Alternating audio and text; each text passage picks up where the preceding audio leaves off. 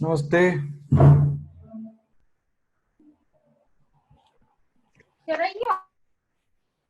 Okay, notes नहीं मिल रहे हैं, ठीक है, कोई बात नहीं। जिसको नोट्स नहीं मिल रहे परेशान मत हो, सारे नोट्स एक साथ कंपाइल होके मिल जाएंगे। तो कैसे हैं आप सब लोग, बता सकते हैं अपने बारे में थोड़ा बहुत? गुड इवनिंग, नमस्ते, गुड इवनिंग, क्या हाल है?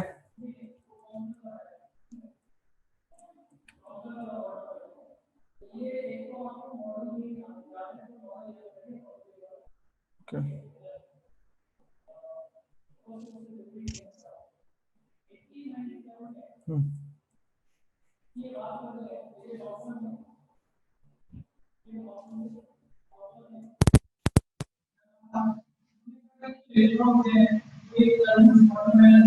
सर बस ये पूछना था, आपने अभी तक क्या करवाया? कुछ करवाया क्या हेलो। सर? हाँ जी बेटा। हाँ जी सर, ये पूछना था, अभी तक आपने कुछ करवाया क्या? नहीं नहीं बेटा, अभी क्लास स्टार्ट ही नहीं हुई है, अभी स्टार्ट होगी।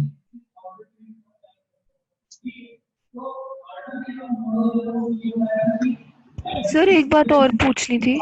जी पूछो। सर आप कोई बुक वगैरह बताते हो ऑर्गेनिक के लिए, कि आपके नोट्स और मॉड्यूल्स ही काफी होते हैं? चलो उसको भी डिस्कस कर लेंगे आज। Okay sir. ठीक है। ओके।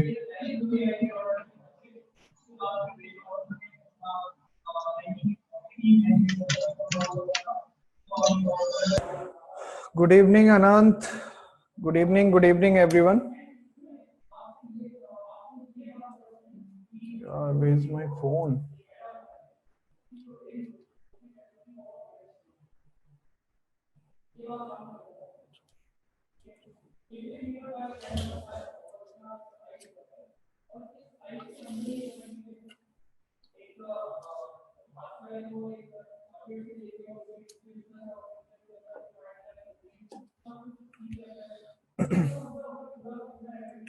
तो बेटा देखो, पिछले लेक्चर में हमने काफी चीजें करी थी और मैंने आज के लेक्चर में क्या कराने को बोला था। और पहली बात, हाँ, मैंने होमवर्क भी दिया था।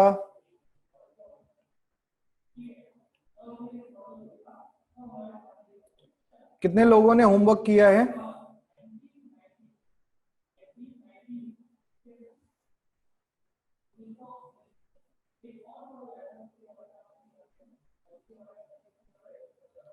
हेलो।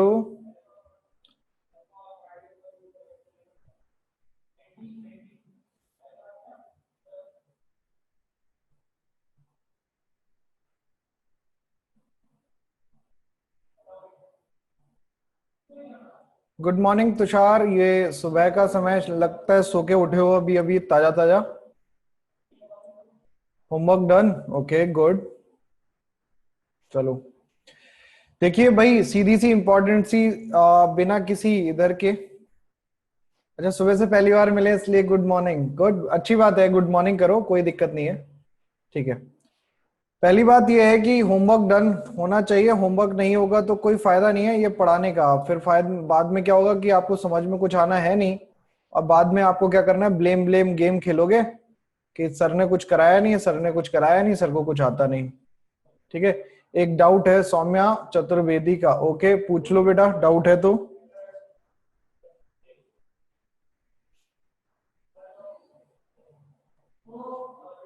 वेट। सर एक चीज पूछनी थी, टर्मिनल डाइहैलाइड का कॉमन नेम क्या होता है? इसका, टर्मिनल डाइहैलाइड का कॉमन नेमिंग कैसे होता है? उसका हम पॉलीमिथाइलिन करके करते हैं। पॉलीमिथाइलिन, पॉली मतलब जितने नंबर ऑफ कार्बन है, और मिथाइलिन तो आप जानते हैं कि सिंगल कार्बन को बोलते हैं। ठीक है। ठीक है। ठीक है सर।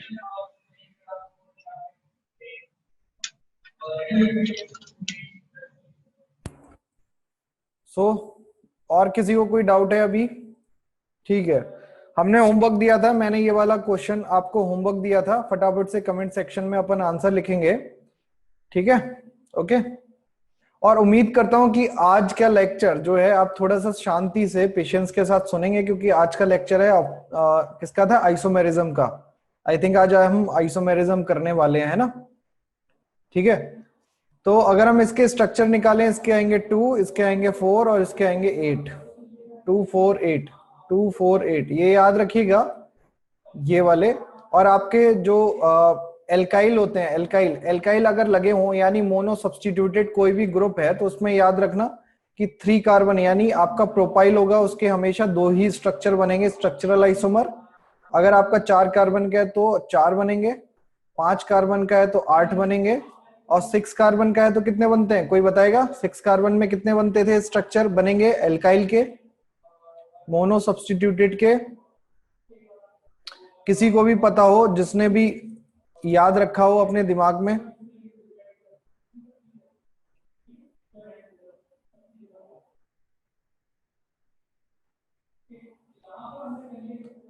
हाँ लगाओ लगाओ, दिमाग लगाओ, कुछ सीक्वेंस सीरीज बनाने की कोशिश करो इसके अंदर।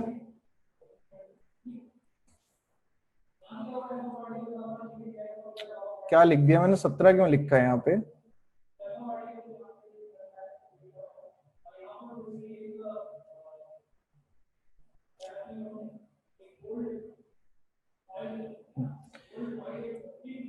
तो इसके याद रखना कि 17 बनते हैं। मैं 17 वहां लिख दिया, 17 वहां लिखना था।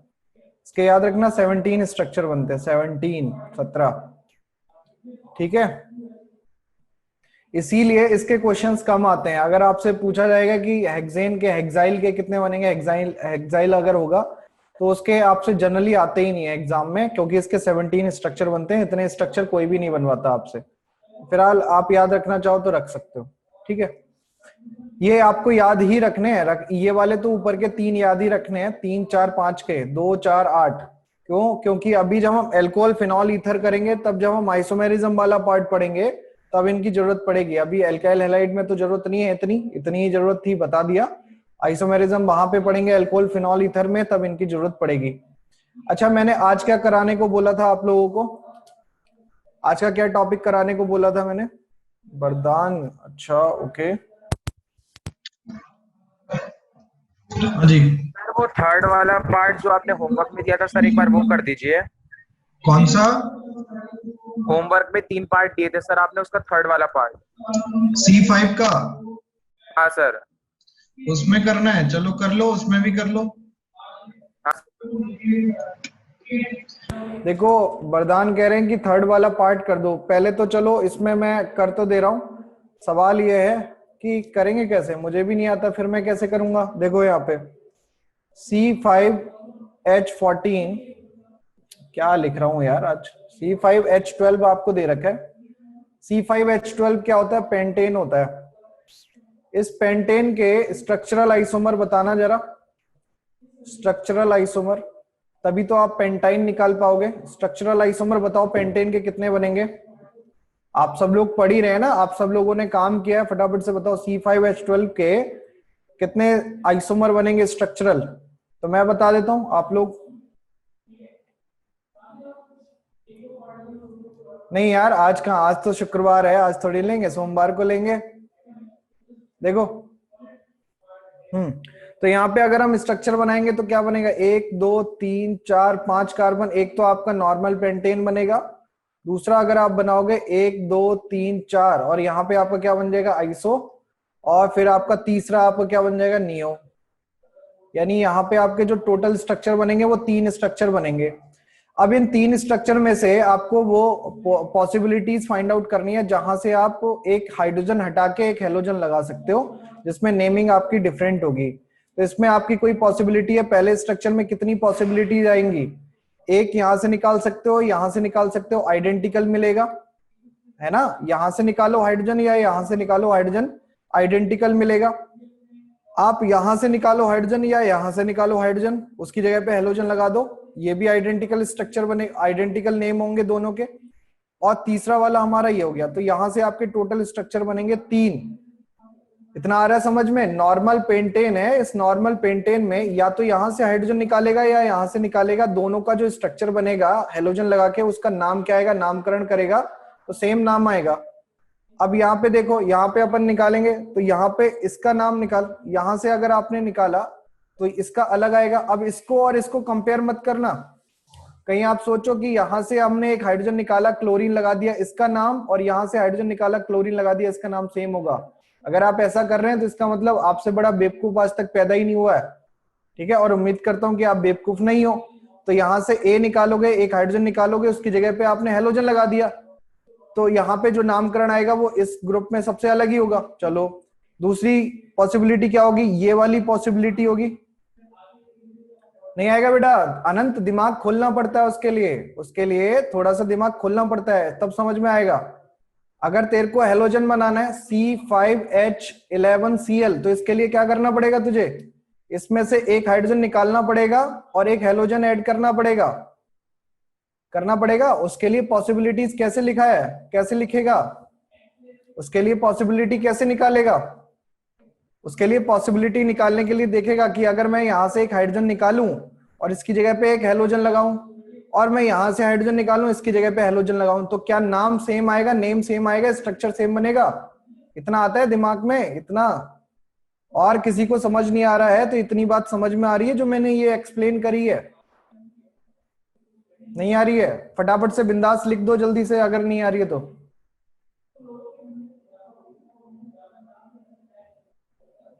अबे ट्रिक कोई ऐसे पैदा थोड़े ना हो जाती, तुषार की ट्रिक बता दो, पहले ये समझेगा तब ट्रिक आएगी ना।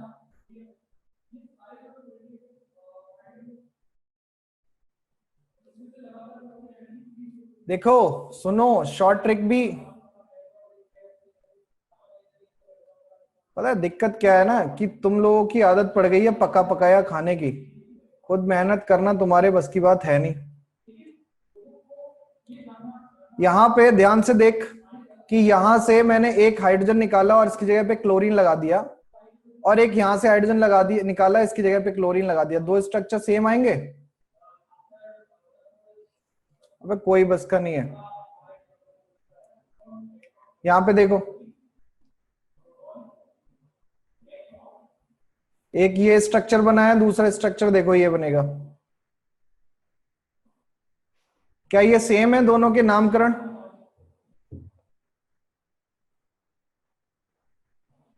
बेटा देख तो हम लेंगे ही, सभी को देख रहे हैं, तुम भी आए थे पढ़ने के लिए, तुम्हारे पहले भी आए हैं पढ़ने के लिए, और तुम्हारे आगे भी आएंगे पढ़ने के लिए। घमंड कम करना तो ज्यादा सीखेगा, ठीक है, अगर घमंडी रहेगा तो सीख नहीं पाएगा।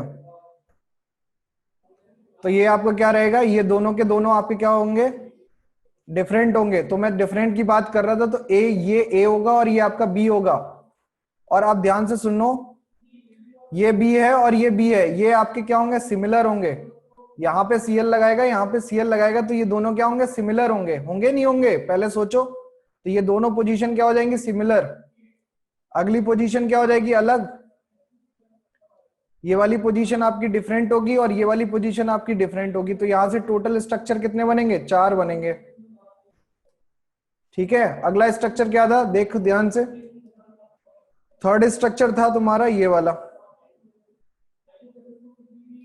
इसमें बताओ कहां से तुम हाइड्रोजन निकाल सकते हो, इसमें कितने बनेंगे,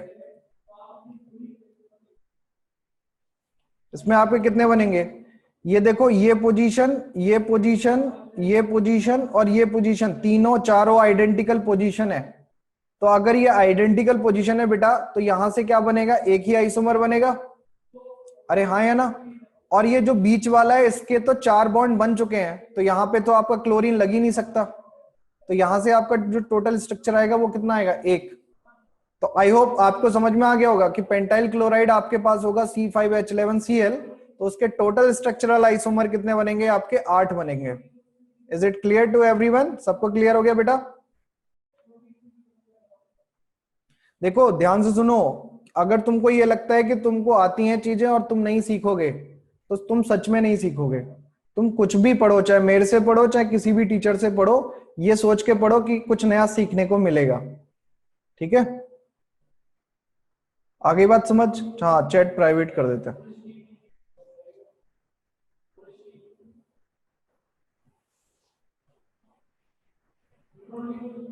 ठीक है, एनी डाउट। तो आज हमने क्या पढ़ना था? ऑप्टिकल आइसोमेरिज्म पढ़ना है। क्या पढ़ना है? राम राम जी, राम राम।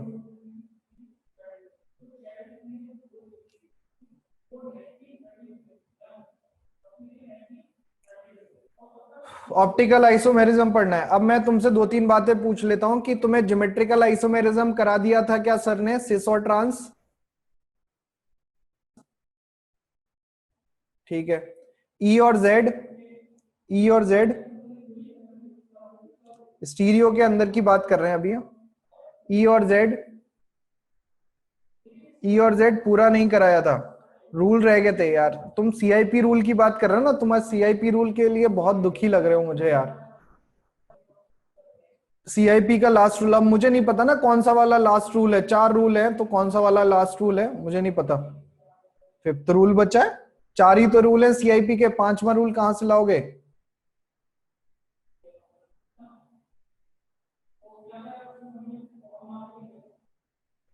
अच्छा यार, मैं तो 4 पढ़ के आया हूं। ओहो, फिर तो बहुत दिक्कत है। 4 करा दिए तो फिर बेटा वही होंगे। मेरे को तो 4 ही आते हैं, मैं 4 ही बता सकता हूँ आपको। उन 4 ही के ऊपर अपन एक्सप्लेन कर लेंगे। खैर कोई बात नहीं, हो सकता है सर ने बताए हो 4, बट हमारे सर ने या हमारी बुक्स ने हमें 4 5 बताए थे ना सर ने। हमारी बुक्स ने, हमारे सर ने हमें 4 बताए, तो मैं उस हिसाब से आपको बता दूंगा। ठीक है।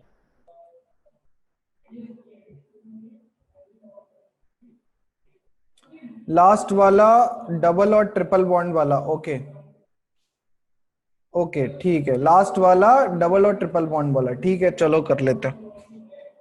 ओके चलो आप।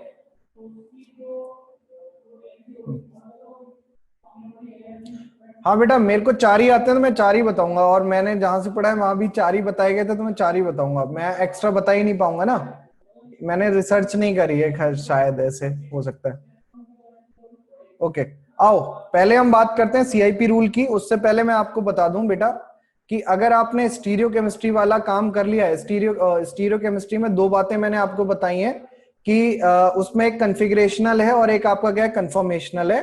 कन्फिग्रेशनल के हम 2 पार्ट कर सकते हैं। एक जहां पे आपका स्टीरियो सेंटर नहीं बनता तो वहां पे आपका जीआई देखने को मिलता है, और जहां पे आपका स्टीरियो सेंटर बन जाता है वहां पे आपको ओआई देखने को मिलता है। ये आपको बताया होगा सर ने अच्छे से, मुझे भी आपने बता ही दिया कि हाँ सर ने बताया हुआ है। ठीक है। अब देखिएगा करना क्या है यहाँ पे। जीआई की सबसे इंपॉर्टेंट कंडीशन क्या थी जो आपको लिखवाई थी? Geometrical isomerism. यहाँ मैं यहाँ से कंटिन्यू कर रहा हूँ, क्या आप यहाँ से तैयार है ना? यहाँ से कंटिन्यू करने के लिए तैयार है ना सब लोग? किसी को कोई शिकायत तो नहीं है इस बारे में? ठीक है। तो जीआई की हम बात कर रहे थे, तो जीआई में हमारे पास क्या हो जाएगा बेटा? अब मैं थोड़ी देर पढ़ा लेता हूँ कंटिन्यू, फिर मैं अब सबकी बात सुन लूंगा। ठीक है। तो जीआई की हम बात कर रहे थे, तो जीआई में हमारे पास क्या हो जाएगा कि 2 तरीके के आइसोमर आपको देखने को मिलेंगे। एक मिलेगा सिस और ट्रांस, और दूसरा आपको मिलेगा ई एंड जेड। देखो बहुत प्यार से एक चीज समझो कि सिस और ट्रांस आपका तब मिलता है जब आपके ग्रुप क्या होते हैं, दोनों साइड में सेम ग्रुप लगे होते हैं। जैसे कार्बन और कार्बन है, यहाँ पे मैंने कंडीशन आपको पहले भी बताई हुई है, ए और बी, और यहाँ पे आपका ए और बी लगा होगा तो आपका जीआई दिखाएगा। लेकिन अगर आपका कुछ इस तरीके से है कि ए और बी और बी इस तरीके का है तो आपका जीआई शो नहीं करेगा, ये आपको पता होगा। इससे पहले कंडीशन जो है इसकी वो ये है कि आपका रेस्ट्रिक्शन क्या होना, रोटेशन क्या होना चाहिए? रेस्ट्रिक्शन होना चाहिए। अब मुझे कोई बताएगा कि रोटेशन क्यों होगा, रेस्ट्रिक्शन कैसे होगा, ये कैसे पता चलेगा? रोटेशन क्यों रेस्ट्रिक्शन होगा या फिर रोटेशन क्या होगा, ये कैसे पता चलेगा? देखो जब आपका सिंगल बॉन्ड बनता है तो सिंगल बॉन्ड के अबाउट क्या हो सकता है? रोटेशन पॉसिबल है, क्योंकि वो आपने देखा होगा कि एक आपकी साफिट होती है। जब भी आपको पोल लगाने होते हैं, जब भी आपको रोटेटर लगाना होता है तो एक साफिट यूज करते हैं। तो वो साफिट आपकी क्या होती है? सिंगल होती है। तो वो सिंगल रहेगी तो आराम से रोटेट करेगी। लेकिन अगर मैंने उसमें बॉन्ड डाल दिया ऊपर से एक और, तो डबल बॉन्ड क्या करेगा? आप अगर रोटेट करोगे तो रोटेट करने में डबल बॉन्ड क्या हो जाएगा? ब्रेक हो जाएगा। ठीक है। तो रोटेशन हमारा क्या होना चाहिए? रेस्ट्रिक्शन होना चाहिए, तभी आप जीआई शो कर पाओगे, जीआई देख पाओगे। क्या सिंगल बॉन्ड में आपका रेस्ट्रिक्शन हो पाएगा कभी जिंदगी में? सिंगल बॉन्ड अगर है तो क्या रिस्ट्रिक्शन कर पाओगे? या को सोच के बताना, अगर आपका सिंगल बॉन्ड है तो क्या रेस्ट्रिक्शन कर पाओगे कभी जिंदगी में?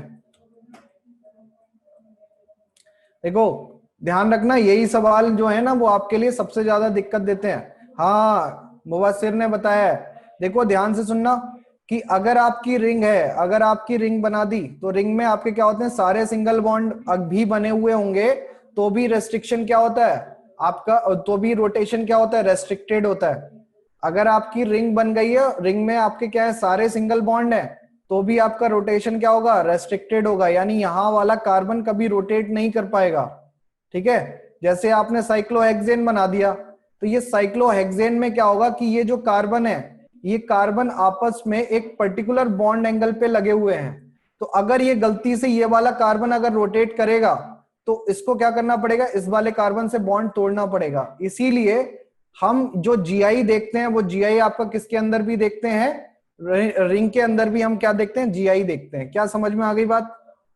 रिंग के अंदर भी हम क्या देखेंगे, जीआई देखेंगे, जीआई चेक करेंगे। Is it clear to everyone? तो अगर कभी इस तरीके का क्वेश्चन आपके सामने आ जाए कि does sorry in all sigma bond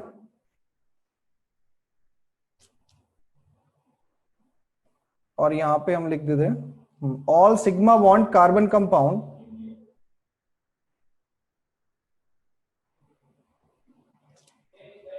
rotation is possible. ये आपका असर्शन दे रखा है और ये आपका रीजन दे रखा है, because sigma bond formed by head-on overlapping। तो आप मुझे बताओ कि असर्शन सही है, रीजन गलत है? असर्शन गलत है, रीजन सही है, बताओ क्या होगा इसका? असर्शन सही है, रीजन गलत है, असर्शन गलत है, रीजन सही है, असर्शन गलत है, रीजन भी गलत है, या असर्शन सही है और रीजन इसका परफेक्ट एक्सप्लेनेशन है? Both statement correct but not okay. ठीक है, A is true, B is true, but A is not okay.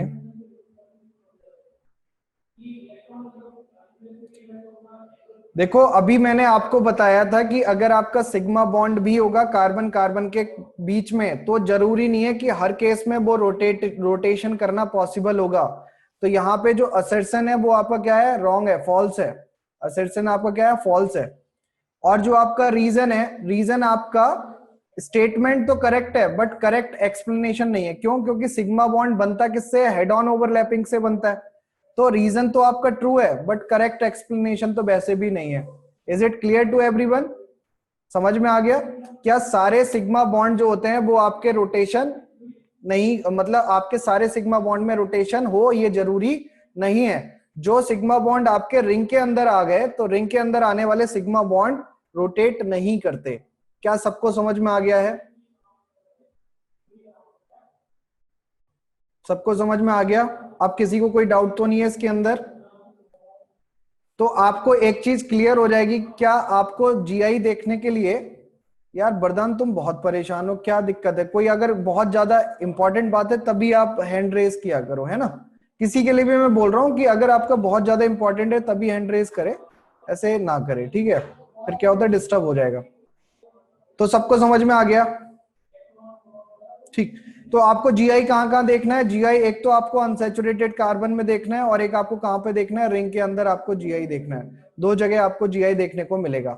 तो आपको जीआई वाले केसेस सारे कराए हुए हैं। आपको जो करना है वो ई और जेड का केस करना है। किसका करना है? ई और जेड का केस करना है। सही कह रहा हूं मैं? ठीक है, चलो ई और जेड का केस कर लेते हैं। ई और जेड के केस में आखिर कहानी क्या है? Head on overlapping. बेटा केमिकल बॉन्डिंग पढ़ा होगा ना, केमिकल बॉन्डिंग, जिसको एक्सियल ओवरलैपिंग बोलते हैं।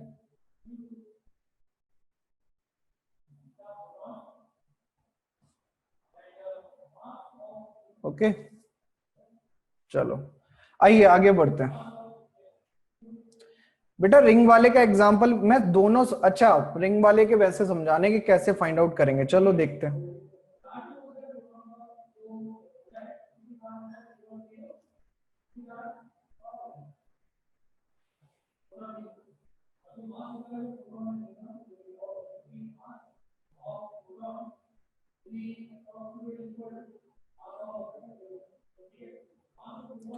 आपको ये कंपाउंड दे रहा है, ये कंपाउंड दे दिया और आपसे पूछ रहा है कि इसमें सिस और ट्रांस बताओ कि ये सिस होगा या ट्रांस होगा। आपको ये कंपाउंड दिया है, आपसे पूछ रहा है कि इसका सिस होगा या ट्रांस होगा।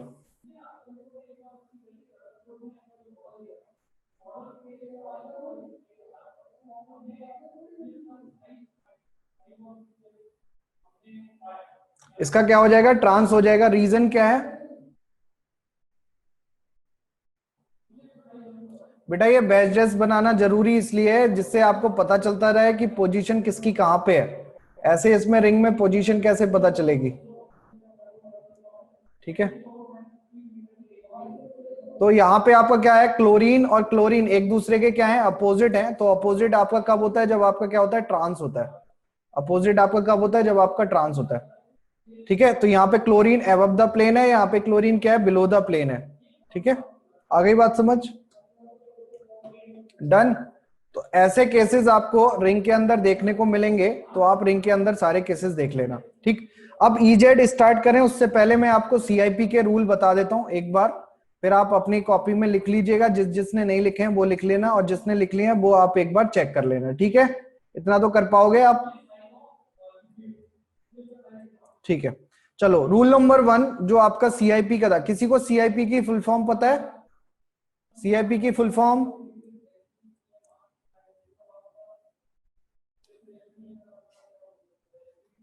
In gold प्रीलॉन्ग। ये आपके क्या है, 3 अलग अलग साइंटिस्ट हैं, इन्होंने आपका एक प्रपोज किया था। और ये जो सीआईपी रूल है यहां तो काम आएगा ही आएगा, ये आपका आर और एस स्ट्रक्चर में भी काम आएगा, ठीक है। अभी हम आर एस स्ट्रक्चर करेंगे तो वहां पे भी आपका काम आएगा, ओके। अरे ठीक है यार, इसको करेक्ट कर लेना, चैन, मैंने ये चैन लिख लेना, कान है चैन है, मैं तो चैन बोलता हूं इसको, तो तुम देख लेना, ओके। मैं क्या कह रहा था यहाँ पे, हाँ। तो पहला रूल क्या है, पहला रूल क्या है यहाँ पे, पहले रूल में लिखिएगा कि मैं बोल रहा हूं, आप बता देना कि जो मैं बोल रहा हूं ये हो गया है या नहीं हुआ, लिखना। इफ द 4 एटम्स, लिख लो, if the 4 atoms attach to the chiral carbon या कायरल सेंटर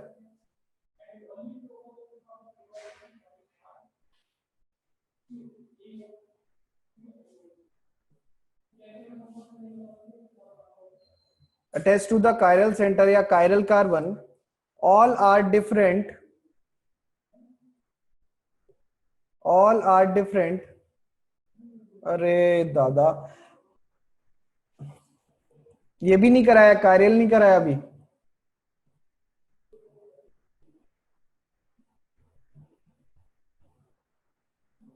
अच्छा, जिसने भी आपके सीआईपी रूल कराए, जितने कराए, किसी के पास वो लिखा हुआ है तो वो मेरे को स्क्रीनशॉट भेज दे।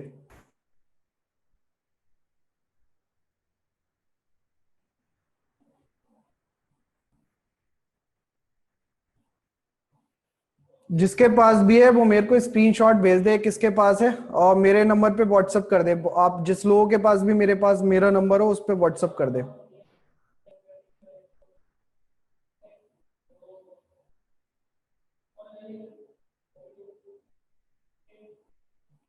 हाँ लिखो, ऑल डिफरेंट ग्रुप लिखो, सेंटर लिख लिया, attach to the chiral centre are all different, priority depends upon, priority depends upon या depends on atomic number, atomic number with the atom of high atomic number getting high priority। ये करा दिया है, यानी जो भी कायरल सेंटर से direct attach atom होगा, जो भी कायरल सेंटर से डायरेक्ट अटैच एटम होगा, हमें देखना है कि उसके ऊपर उसकी जो प्रायोरिटी है, जो जो उसका एटॉमिक नंबर है वो किसका ज्यादा है। तो जिसका भी एटॉमिक नंबर ज्यादा होगा हम उसको प्रायोरिटी देंगे। ये वाला करा दिया, ठीक है।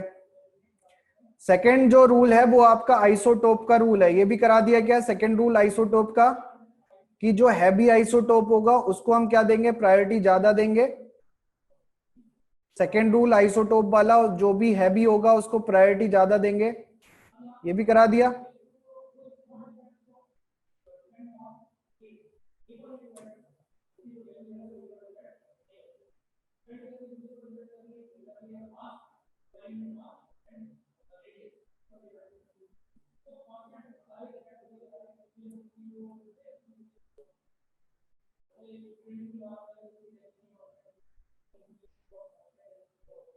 यार चारों रूल करा तो रखे हैं, और क्या कराना था उन्हें? चलो मैं फिर भी बोल देता हूं। दूसरा वाला हो गया,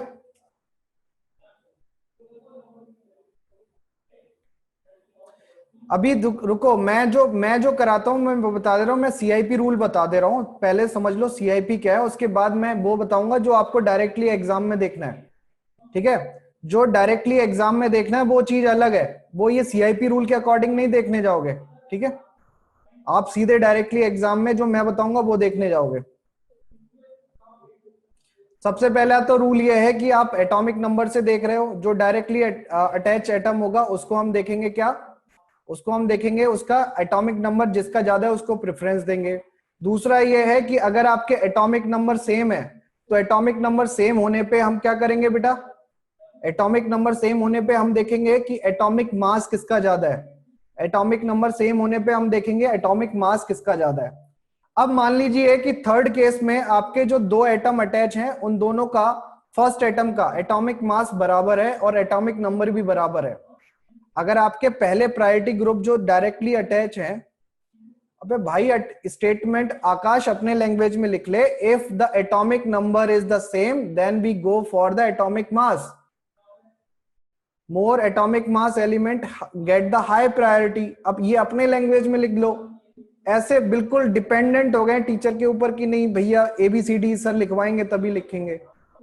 थोड़ा सा अपने ऊपर करो, मैं जो बोलते जा रहा हूं लिखते जाओ। तीसरा स्टेटमेंट आप देखिएगा बच्चे, देखो आपने पहला स्टेटमेंट क्लियर कर लिया, दूसरा स्टेटमेंट क्लियर कर लिया।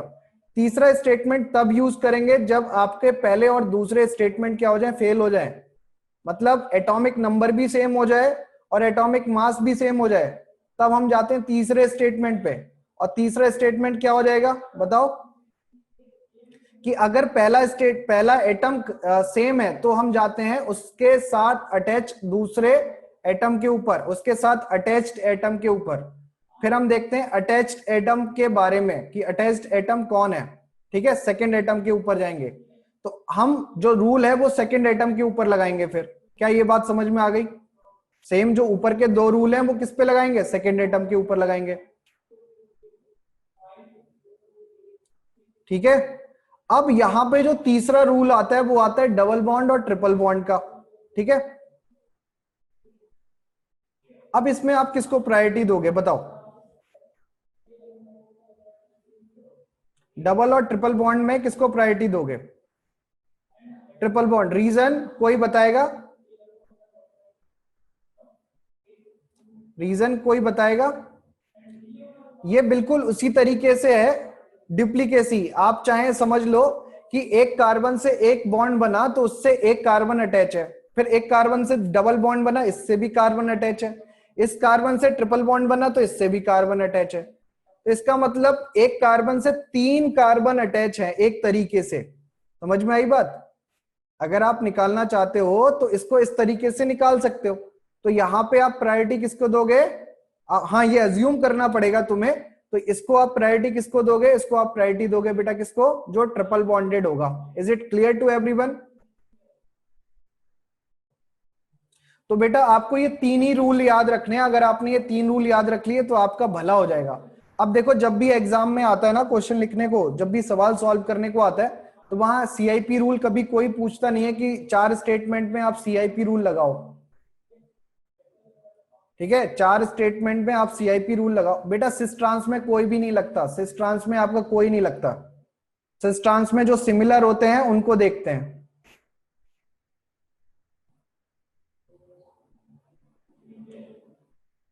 अब आपको समझ में आ गया, चारों रूल आपको लिखवा दिए, चारों रूल लिखवा दिए ना आपको।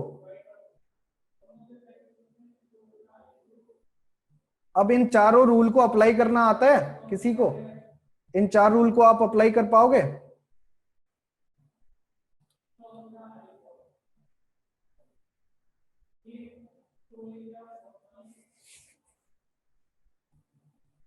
बेटा सीआईपी ईजेड के लिए भी होता है और सीआईपी कायरल के लिए भी होता है। सीआईपी जो रूल है वो ईजेड के लिए है और कायरल के लिए है, सीआईपी सिस और ट्रांस के लिए नहीं है। Is it clear to everyone? CIP किसके लिए नहीं है? सिस और ट्रांस के लिए नहीं है। सीआईपी किसके लिए है? ईजेड और कायरल के लिए। भैया एग्जांपल करा दूंगा। दिक्कत क्या होती है ना, एक ही टीचर को वो वाला टॉपिक पूरा कवर कराना चाहिए। हाँ sir Deepanshu. Sir 5th rule में ना सर जो पहले पढ़ाए थे उन्होंने सर एक एग्जांपल दिया था सर, वो बता दूं सर? आप एक बार उसका नेमिंग बता देना, उसकी प्रायोरिटी बता देना। हाँ कराओ, बताओ क्या है। Sir C double bond C था और सर एक side sir left side C, ऊपर सी एल नीचे बी आर, और सर राइट साइड एक और सी अटैच था, फिर उसमें ऊपर sir double bond on, side में सिंगल बॉन्ड एच, और सर नीचे तरफ sir CH2 single bond OH। हाँ sir CH2 single bond OH, यही? हाँ सर इसका बताना एक मिनट। अच्छा एक बात बताओ, इसमें तुम कौन सा रूल लगा पाओगे?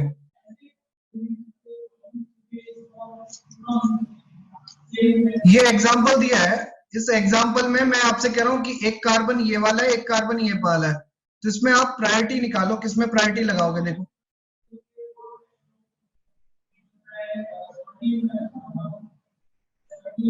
अरे इस कार्बन की प्रायोरिटी अलग निकालो। इस कार्बन में 2 लगे हुए हैं, एक क्लोरीन है और एक ब्रोमीन है, और मुझे पता है कि ब्रोमीन की प्रायोरिटी ज्यादा होगी, तो इसको मैंने नंबर 1 दे दिया। हो गया? इन दोनों में आपको देखो, एक आपको 2 हाइड्रोजन लगे हुए हैं, इसको देखना ध्यान से, एक हाइड्रोजन, 2 हाइड्रोजन, एक OH ऐसे लगा हुआ है, और दूसरा वाला क्या हो जाएगा? डबल बॉन्ड OH, इस तरीके से। तो अब बताओ इसमें क्या प्रायोरिटी दोगे?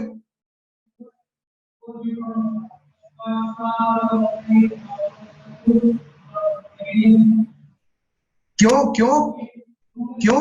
रूल तो वही है, रूल तो उतने ही थे, रूल तो 4 ही है। बेटा वो एग्जाम्पल लिखवाया होगा जो आपने रूल के ऊपर लिख दिया होगा। डायरेक्ट अटैच तो कार्बन ही है ना, डायरेक्ट दोनों में अटैच कौन है? कार्बन अटैच है। दोनों में कौन अटैच है? डायरेक्ट कार्बन अटैच है ना। वो अटैच कहां पे है डायरेक्टली?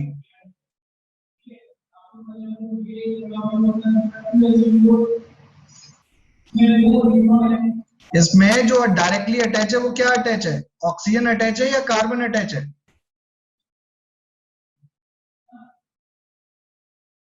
यार तुम इसको रूल की तरह पढ़ो, चाहे आप इसको 4th रूल में इंक्लूड करके पढ़ो, इससे कोई फर्क नहीं पड़ेगा, आंसर तुम्हारा वही आएगा। अब कहने को तो मैं 10 रूल लिखवाऊंगा तुम्हें कि लो बेटा इसके लिए अलग रूल लिखना है, एल्डिहाइड के लिए और कीटोन के लिए, और एल्डिहाइड और कार्बोक्सिलिक एसिड के लिए अलग रूल लिखना, एल्डिहाइड एस्टर के लिए अलग रूल लिखना।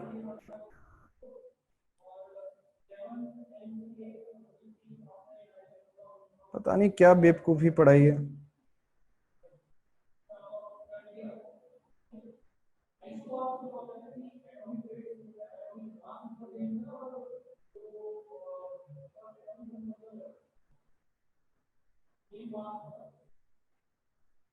बेटा इसमें तो 4 ही रूल लिखे हुए हैं ना अदिति?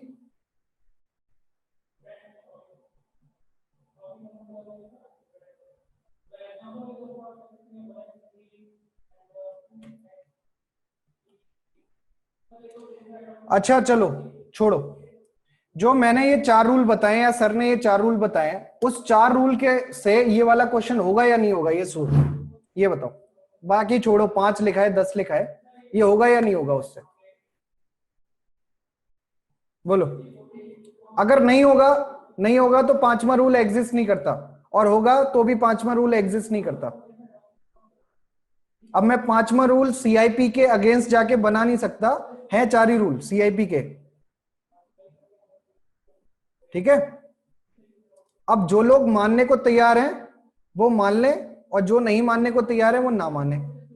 ऊपर वाले में आपका एल्डिहाइड है जहां पे डबल बॉन्ड O है, नीचे वाले में आपका एल्कोहल है जहां पे सिंगल बॉन्ड OH है। ओके,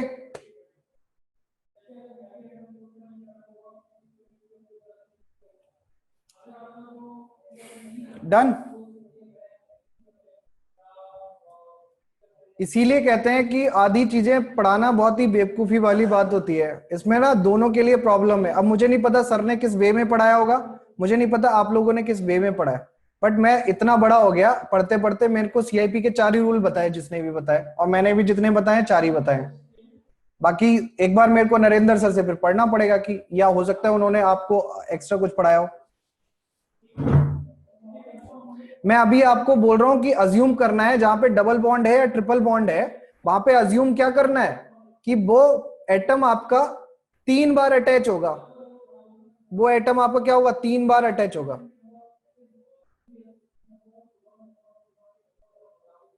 पता नहीं यार किसने करा दिया भाई, जिसको नहीं आता वो क्यों कराता है ये सारी चीजें।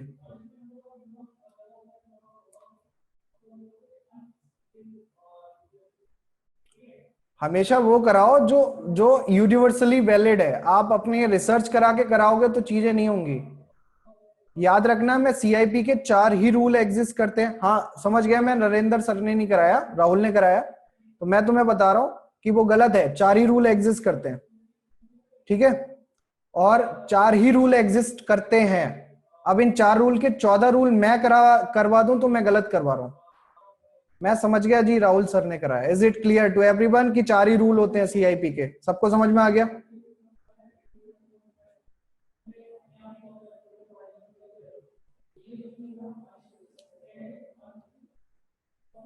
चलो अब क्वेश्चंस कर लेते हैं 2-4 ताकि आपको और समझ में आ जाए। ये देखो एक सवाल दे रखा है,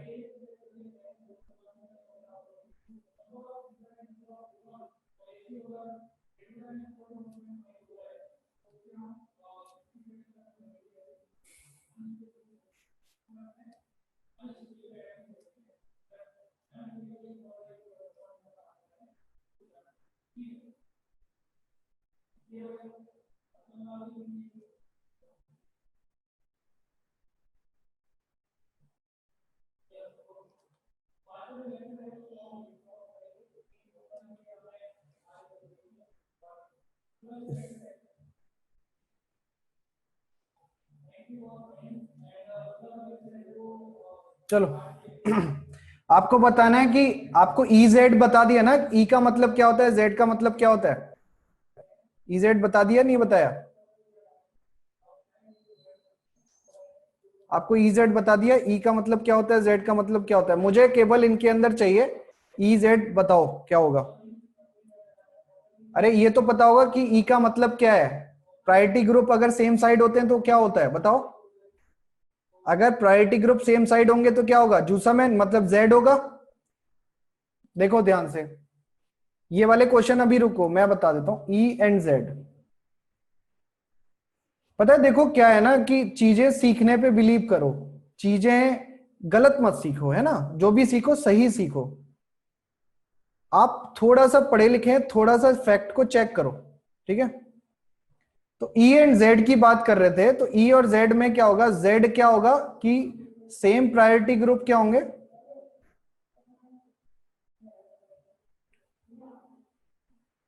सेम साइड, और E का मतलब क्या होगा, सेम प्रायोरिटी ऑपोजिट साइड। सबको क्लियर है ये वाली बात? Same priority group same side और सेम प्रायोरिटी अपोजिट साइड, तो आपका क्या हो जाएगा, ठीक है।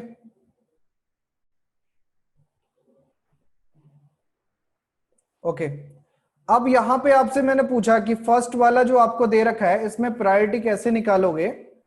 फर्स्ट क्वेश्चन आपको दिया हुआ है, इसमें प्रायोरिटी कैसे निकालेंगे। यहां पे ये कार्बन है एक, और एक कार्बन हमारा ये है, दो अलग अलग कार्बन है। तो यहां पे आपको पता चलेगा क्लोरीन और आयोडीन, अब आपको वहां पे सीआईपी याद नहीं रखना है कि सीआईपी पे ये सारे रूल याद कर रहे हैं, ऐसे नहीं करना है। सीधे से आप एक कॉन्सेप्ट उठाओ जिसको बोलते हैं एटॉमिक मास। क्या उठाओ? एटॉमिक मास कॉन्सेप्ट उठाओ। ठीक है, तो एटॉमिक मास कॉन्सेप्ट उठाओगे तो आपको पता चलेगा कि आयोडीन का जो एटॉमिक मास होता है वो क्या होता है? ज्यादा होता है। तो इसको प्रायोरिटी दे दो 1। ठीक है, इस तरफ आ जाओ। इस तरफ आप देखो कि यहाँ पे कार्बोक्सिलिक एसिड है और यहाँ पे एल्डिहाइड है। पहला कार्बन दोनों में सेम है, दोनों में पहला जो अटैच्ड एटम है वो क्या है? सेम है। फिर दूसरा एटम देखो, दूसरा एटम भी क्या है? सेम है। क्लियरिटी खत्म हो गई यहाँ पे।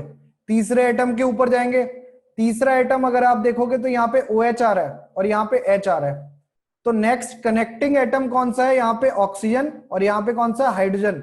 अब मुझे बताओ कि ऑक्सीजन और हाइड्रोजन में किसको प्रायोरिटी दोगे? ऑक्सीजन और हाइड्रोजन में किसको प्रायोरिटी दोगे? ऑक्सीजन को। रीजन क्या है कि उसका एटॉमिक मास आपका क्या है? ज्यादा। तो आपकी प्रायोरिटी किसकी हो गई? इसकी ज्यादा हो गई।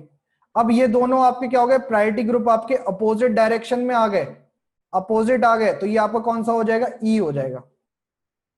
आ गया समझ में? यहां पे आप देखो, यहां पे आपसे 2 सवाल पूछ सकता है, एक तो सिस और ट्रांस बता दो और एक आपको क्या बताने को बोल रहा है? सिस और ट्रांस के अलावा ई और जेड बताने को बोल रहा है। तो सबसे पहले तो सिस और ट्रांस बताओ। इसमें सिस और ट्रांस क्या होगा? यहां पे सिस और ट्रांस क्या होगा बताओ? यहां पे ये क्या हो जाएगा? सिस हो जाएगा, क्योंकि यहां पे कार्बोक्सिलिक ग्रुप जो लगा है वो सेम साइड लगा है। ठीक है, अच्छा ई और जेड में बताओ, ई और जेड में क्या डिफरेंस होगा इसमें?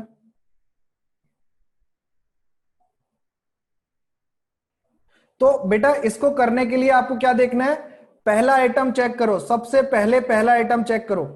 यहां पे पहला आइटम क्या है? कार्बन। और यहां पे पहला आइटम क्या है? ब्रोमीन। तो यहां पे ब्रोमीन की प्रायोरिटी ज्यादा होगी, तो हमने इसको पहला दे दिया। यहाँ पे पहला आइटम क्या है? कार्बन। यहाँ पे पहला आइटम क्या है? क्लोरीन। तो इसकी प्रायोरिटी आपकी ज्यादा होगी, तो ये आपको क्या हो जाएगा? जेड हो जाएगा। क्या समझ में आ गया? कोई कंफ्यूजन है बेटा इसके अंदर किसी को? कोई भी कंफ्यूजन? डन? ओके, यहां पे आप देखो, क्या यहां पे आप जीआई दिखा सकते हो? यहां पे जीआई दिखाई देगा? तो यहां पे जीआई दिखाई नहीं देगा। क्यों? क्योंकि यहां पे आपके दोनों सेम ग्रुप लगे हुए हैं, तो यहां पे जीआई दिखा। यार वरदान रुक जा, रुक जा, मैं तेरे डाउट ले लूंगा, रुक जा। ई और जेड ओनली कायरल कार्बन के लिए होता है ना। ई और जेड आपका उसके लिए होता है जो आपका सिस और ट्रांस को फॉलो कर सकता है, और ई और जेड आपका रिंग के अंदर होता है। 2 चीजें याद रखना, जहां पे रोटेशन रेस्ट्रिक्शन हो और चारों ग्रुप अलग लगे हो तो वहां पे ई जेड लगाते हैं। ठीक है, रोटेशन रेस्ट्रिक्टेड हो और जहां पे चारों ग्रुप अलग लगे हो तो आपका क्या लगाते हैं? ई जेड लगाते हैं। तुम डाउट पूछ लो पहले।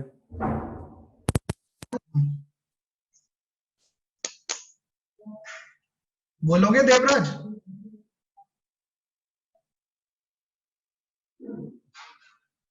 बोलो।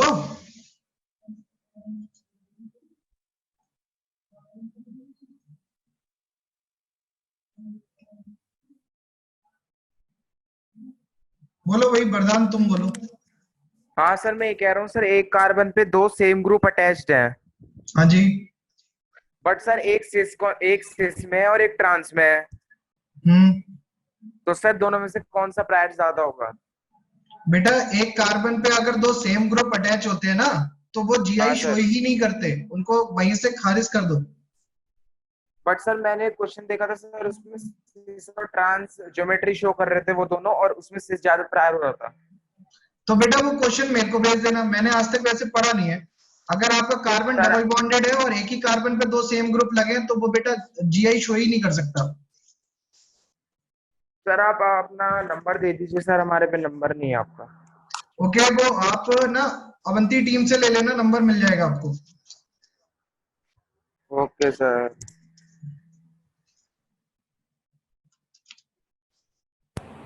हाँ, और किसी का कोई डाउट है? देखो यार, तुम लोगों को पता नहीं क्या पढ़ाया है इस टॉपिक में, मैं तुम्हें बता रहा हूँ बहुत क्लियरली। ये जो तुम्हारे दिमाग में किसी ने भरा है कि ई और जेड केवल आपका स्टीरियो के अंदर देखते हैं ऑर्थो पैरा के अंदर देखते हैं। मैं तुम्हें बता रहा हूं सिंपली, एक चीज याद रखना कि जो आपका जीआई सिस और ट्रांस नहीं दिखा सकता, या जो जीआई के अंदर चारों ग्रुप आपके अलग लगे हुए होते हैं, या जो जीआई जहां पे आपका स्टीरियो सेंटर नहीं बन रहा, जहां पे लोन पेयर आ जाता है, जो जीआई जहां पे आपका कायरल कार्बन वाला केस बने या ना बने, बट आपके ग्रुपिंग क्या हो, अलग अलग हो जाए, उन सब जगह पे आप क्या यूज करते हो, ई और जेड यूज करते हो।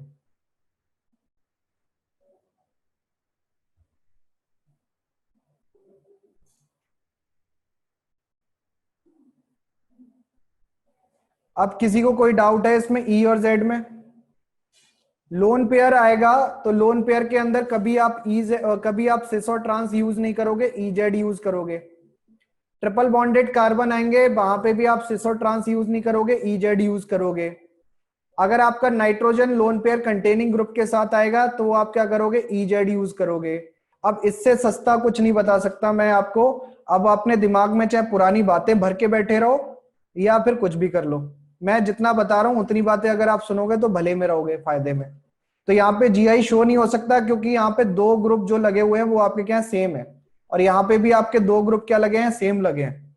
तो यहाँ पे जीआई नहीं होगा, किसी भी कीमत पे नहीं होगा। ठीक है, आई बात समझ? यहां पे अगर हम बात करें, याद रखना कि जहां पे भी लोन पेयर लगा होता है, लोन पेयर हमारा कहीं पे भी लगाओ, किसी के साथ भी हो, लीस्ट प्रायोरिटी होती है इसकी। लोन पेयर की क्या होती है, लीस्ट प्रायोरिटी होती है। तो ऑब्वियसली आपको ये समझ में आ जाएगा कि हाइड्रोजन आपका क्या हो जाएगा, फर्स्ट प्रायोरिटी में आ जाएगा, और यहाँ पे आपका क्लोरीन फर्स्ट प्रायोरिटी में आ जाएगा। तो ये आपका क्या बन जाएगा, जेड बन जाएगा। अब आ गया समझ में?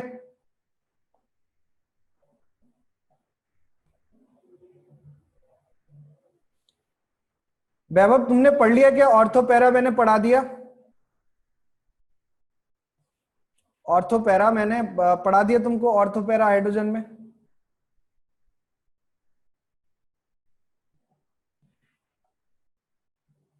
तुम ये कह रहे हो कि जो ऑर्थो पैरा टाइप के हाइड्रोजन हमारे पास होते हैं उनमें किसकी प्रायोरिटी ज्यादा होगी। पहली बात तो आज तक ऐसा कोई क्वेश्चन आया नहीं है, फिर भी मैं बता दूं, उसमें आपको दो चीजें देखनी पड़ेंगी कि रूम टेम्परेचर दे रखा है या टेम्परेचर न्यूट्रल दे रखा और कम दे रखा है।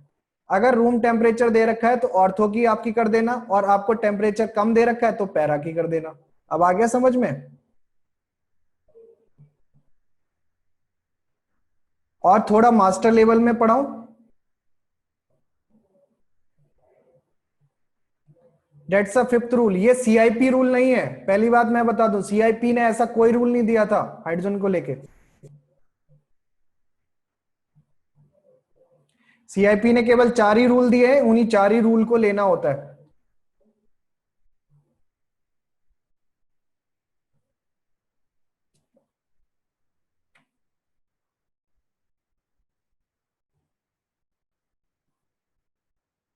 चलो हाँ, तुम्हारा ये वाला भी डाउट मैं कवर कर देता हूं अगले क्वेश्चन में। देखो, आपको कह रहा है कि ये वाला कंपाउंड मैंने ऐसे ले लिया, ClBr और ClCl, आपसे यही तो कह रहा है, आप यही तो कह रहे हो मृदुल। अब आपसे कह रहा है क्या ये जीआई शो करेगा कि नहीं करेगा। कंडीशन क्या है जीआई की, कि जो आपके रेस्ट्रिक्टेड रोटेशन कार्बन है उन पे आपके डिफरेंट ग्रुप लगे होने चाहिए। रेस्ट्रिक्टेड रोटेशन कार्बन है, उन पे दो ग्रुप जो लगे हैं वो आपके क्या होंगे, आपके डिफरेंट होने चाहिए। लेकिन यहाँ पे क्या है, दोनों आपके क्या सेम है, सिमिलर है, तो यहाँ पे जीआई शो नहीं होगा।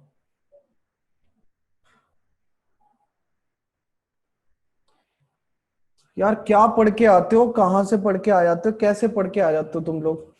आधी आधी बातें पढ़ के आते हो, फिर मेरे को यहाँ पे कमेंट सेक्शन में लिख के बताते हो। फिलहाल आपको जो रूल मैंने आपको बताया,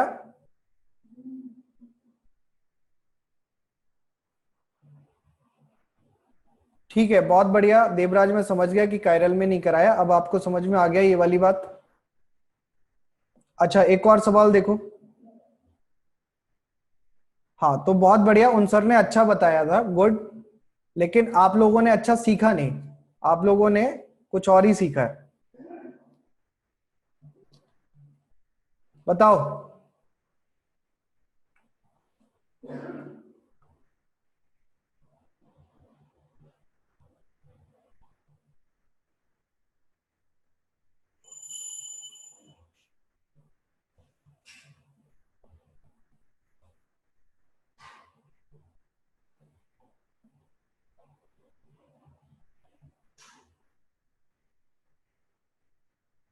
तो यहाँ पे आपका क्या हो जाएगा, यहाँ पे आपका ई हो जाएगा, ठीक है, यहाँ पे आपका ई हो जाएगा।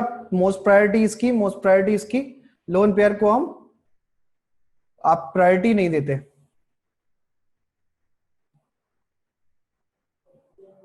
बेटा इतना ही है, इसके अलावा जितना भी है 4 रूल सीआईपी के ये, और जो मैंने आपको एक्स्ट्रा पॉइंट कराए ये, इसमें आप चाहें जितनी भी एक्स्ट्रा चीजें बढ़ा लो, उससे कोई फर्क नहीं पड़ने वाला।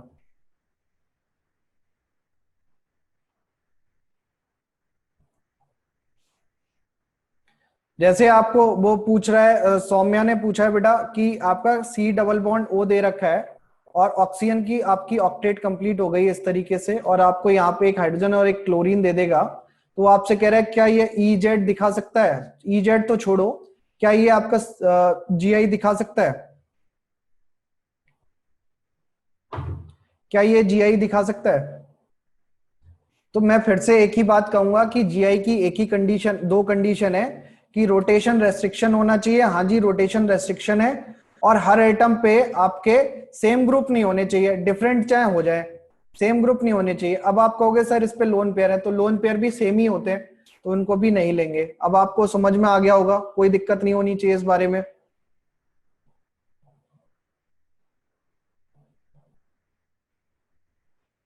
बेटा प्लेनैरिटी कंडीशन नहीं है। प्लेनैरिटी कंडीशन क्यों नहीं है? क्योंकि आपका ईजेड या जीआई के लिए प्लेनैरिटी नहीं चाहिए। अब वो आपका प्लेनर हो या ना हो, उससे हमें कोई फर्क नहीं पड़ता। अगर आपका ये रिंग है, ये रिंग प्लेनर नहीं है, ये रिंग रोटेशन रेस्ट्रिक्शन दिखा रहा है, प्लेनैरिटी से कोई लेना देना नहीं है इसके अंदर। हर ग्रुप की प्रायोरिटी लोन पेयर से ज्यादा होगी, ठीक है। और जीआई के कॉन्सेप्ट में प्लेनर का कोई लेना देना नहीं है। आपका sp2 हाइब्रिडाइजेशन भी होगा, sp3 भी होगा, कोई फर्क नहीं पड़ेगा, बस रोटेशन रेस्ट्रिक्टेड होना चाहिए, इसके अलावा कुछ नहीं चाहिए हमें। चलिए अब इसके आगे बढ़ते हैं, इसके आगे चलते हैं, देखो ध्यान से। हाँ ओके, आपको वो करा दिया है batch desk projection, batch desk representation.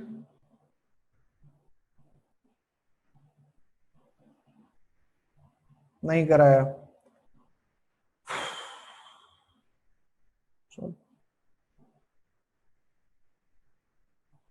तो अब हम करते हैं बैच डेस्क, यानी अरे तुम्हें 11th में करा दिया, गुड, बाकी कुछ नहीं कराया।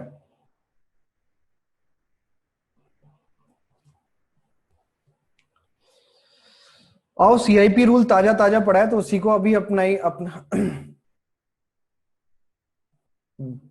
आ जाओ।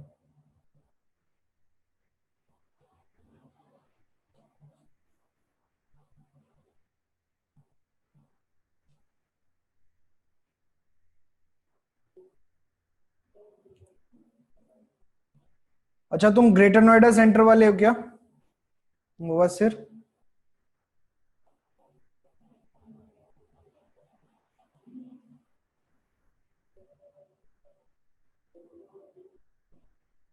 अच्छा तुम हो ग्रेटर नोएडा से।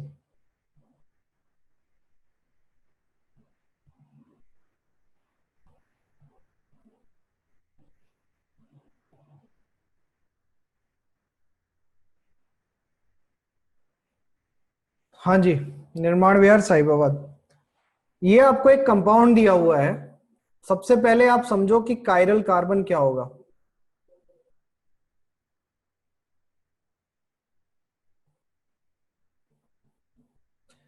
हो सकता है मैं पुराने टीचर का बिल्कुल अपोजिट पढ़ा रहा हूं, तो आप ना मेरा पढ़ाया हुआ ना इंटरनेट पे एक बार चेक कर लेना, है ना, वो ज्यादा बेहतर रहेगा।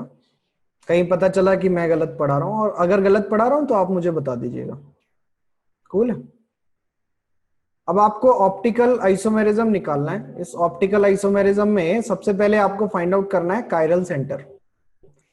अब इस कायरल सेंटर को करने के लिए कैसे निकालेंगे कायरल सेंटर? पहले तो आपको समझना है कि कायरल का मतलब क्या होता है। कितने लोग जानते हैं कायरल कार्बन का मतलब क्या होता है? कितने लोगों को पता है कायरल कार्बन का मतलब क्या होता है?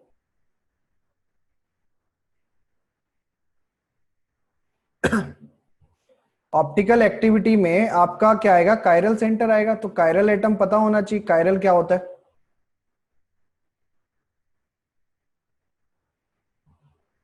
ओके, ऐसा कार्बन जिसके क्या हो, चारों ग्रुप अलग अलग लगे हों, उसको हम क्या बोलते हैं, कायरल बोलते हैं। पक्का?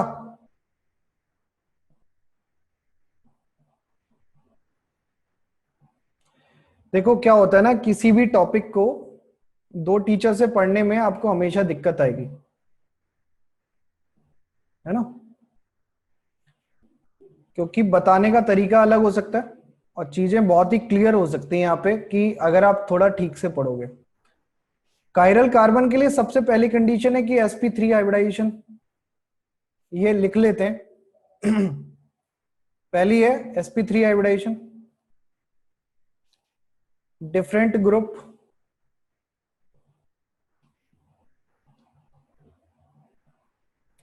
चारों ग्रुप जो लगे हुए हैं वो आपके क्या होने चाहिए, अलग अलग होने चाहिए। अगर आपके अलग ग्रुप नहीं होंगे तो आपका क्या होगा, कायरल कार्बन नहीं होगा।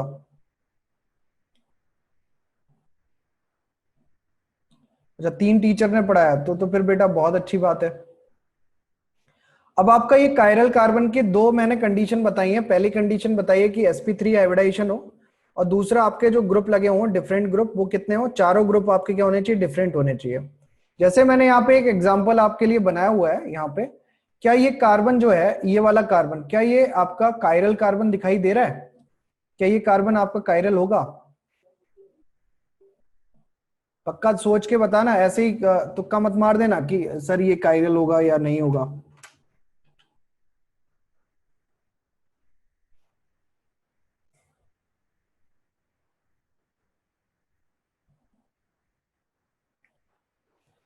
वरदान, लॉस तब होता है ना जब आप हार मान लेते हो। जो लोग हार नहीं मानते ना, जो कंटिन्यू पढ़ते रहते हैं, उनको उनका कोई लॉस नहीं होता, मेहनत करते हैं। ठीक है।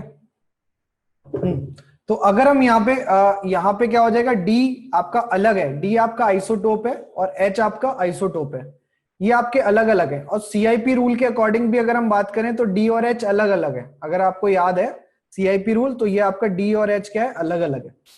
ठीक है। तो ये चारों जो आपके पॉइंट लगे हुए हैं, चारों जो कनेक्टिंग एटम है, ये आपके क्या है, डिफरेंट है।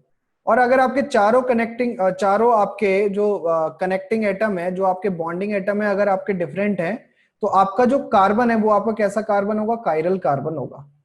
और कायरल का मतलब होता है जिसके अबाउट अगर आप रोटेशन कराओगे, जिसके अबाउट अगर आपने रोटेशन कराई, तो आपको एक मिरर इमेज मिल भी सकती है और मिरर इमेज नहीं भी मिल सकती है। अब इसमें ये बताओ कि जो मिरर इमेज मिलेगी वो आपकी सुपर इंपोजेबल होगी या नहीं होगी। इसकी अगर आप मिरर इमेज बनाने की कोशिश करोगे, चारों अलग अलग कार्बन है, तो मिरर इमेज बनाने की कोशिश करोगे, क्या सुपर इंपोजेबल मिल सकती है? सुपर इंपोजिबल का मतलब होता है कि जिसको इस इमेज के ऊपर अगर पूरा रखो तो पूरा का पूरा ढक जाए, तो ऐसा तो नहीं हो सकता। तो जहां पे सुपर इंपोजिबल इमेज ना बने, नॉन सुपर इंपोजिबल इमेज बने, mirror image, sp3 hybridise carbon हो और डिफरेंट ग्रुप हो। ठीक है। तो ऐसे जो कार्बन होते हैं उनको हम क्या बोलते हैं, कायरल कार्बन बोलते हैं या स्टीरियो सेंटर बोलते हैं। क्या बोलते हैं? Stereo centre. मेरी बात याद रहेगी सबको, या तो कायरल कार्बन बोलते हैं या फिर क्या बोलते हैं, स्टीरियो सेंटर बोलते हैं। Is it clear to everyone? क्या क्या बोलेंगे? कायरल कार्बन या फिर स्टीरियो सेंटर। स्टीरियो सेंटर इसलिए बोलते हैं क्योंकि इनके अबाउट आप क्या करा सकते हो, रोटेशन करा सकते हो। क्या करा सकते हो? रोटेशन करा सकते हो, इसलिए इनको क्या बोलते हैं, स्टीरियो सेंटर बोलते हैं। एक बार फिर से रिपीट कर दूं, फिर से सुन लो। तो जो आपका कार्बन है, कार्बन पहला क्या होना चाहिए, sp3 हाइब्रिडाइज होना चाहिए। सबसे पहली कंडीशन आपने चेक कर लीजिए, sp3 हाइब्रिडाइजेशन। दूसरी क्या है कंडीशन, कि आपके जो चारों ग्रुप लगे हुए हैं वो आपके अलग अलग होने चाहिए, सीआईपी रूल के अकॉर्डिंग क्या होने चाहिए, अलग अलग होने चाहिए। दूसरी कंडीशन हमने चेक कर ली, दूसरी भी फुलफिल हो गई। तीसरी कंडीशन जो चेक करनी है वो आपकी क्या होगी जाएगी, यहाँ पे तीसरी में यहाँ पे लिख दे रहा हूं, non superimposable image. Superimposable mirror image. अब क्लियर है बेटा सबको? Non superimposable mirror image.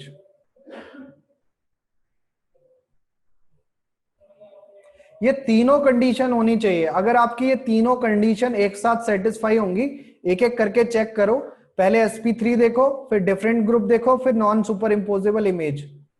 तो अगर ये तीनों कंडीशन अगर आपकी बन रही है, तब आपका कैसा कार्बन होगा? कायरल कार्बन होगा। अब आ गया समझ में?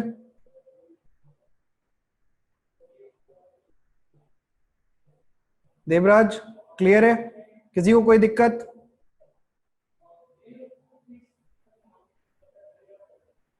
डन? ओके, तो इसको हम क्या बोलते हैं? कायरल सेंटर भी बोलते हैं, कायरल कार्बन भी बोलते हैं, स्टीरियो कार्बन भी बोलते हैं। इस तरीके से वो आपसे इस पे रिलेटेड कुछ भी सवाल पूछ सकता है। नाम इनके याद रखना, नाम आपके कितने भी हो सकते हैं, काम एक ही है, एक ही है। मतलब शक्तिमान के जो कितने नाम है, गंगाधर भी नाम था शक्तिमान का, विद्याधर भी था, जो भी था, इतने सारे नाम थे, बट आपका यही है कार्बन। ठीक है, तो इस कार्बन के 3-4 नाम है आपके, chiral carbon, chiral centre, stereo centre, इतने नाम है, आपको याद रखने हैं इसको। अगर आप याद रखेंगे तो आपको कोई दिक्कत नहीं होगी। क्या इतना क्लियर है सबको?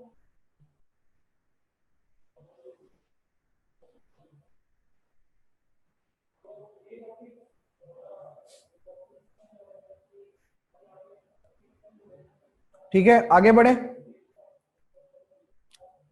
कोई कुछ कहना चाहता है इस बारे में?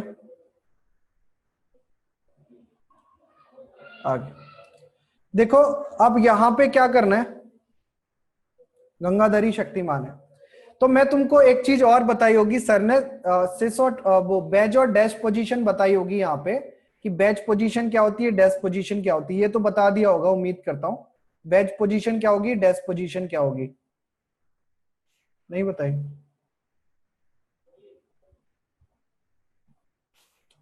जैसे आपका ये कार्बन है, तो इस कार्बन की 4 पोजीशन है, तो इसको मैंने 4 पोजीशन ऐसे बनाया। एक मैंने क्या करा, एक बिल्कुल डार्क लाइन बनाई ऐसे, और एक मैंने इसमें डॉटेड लाइन ऐसे डैश डैश डैश वाली लाइन पढ़ाई। तो यहां पे ये जो 4 पोजीशन बनाई है, इसको इस तरीके से देखना। आप ना एक फिंगर ऐसे लो, ऐसे फिंगर को ऐसे लो, और इसमें दूसरी फिंगर भी ऐसे वी लो, विक्ट्री, और इन दोनों को ऐसे, इन दोनों में से निकाल दो ऐसे। ठीक है, क्रॉस बना दो ऐसे, एक नीचे से ऐसे वी और एक ऐसे ऊपर से वी, इस तरीके का आप बनाओ।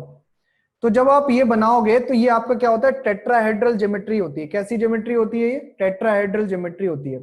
और कार्बन में आपको पता है कि कार्बन अगर आपका sp3 हाइब्रिडाइज होगा तो टेट्राहेड्रल ज्योमेट्री बनाएगा। कैसा बनाएगा? टेट्राहेड्रल ज्योमेट्री बनाएगा। क्या समझ में आया? क्या ये बात समझ में आ रही है? हाँ या ना?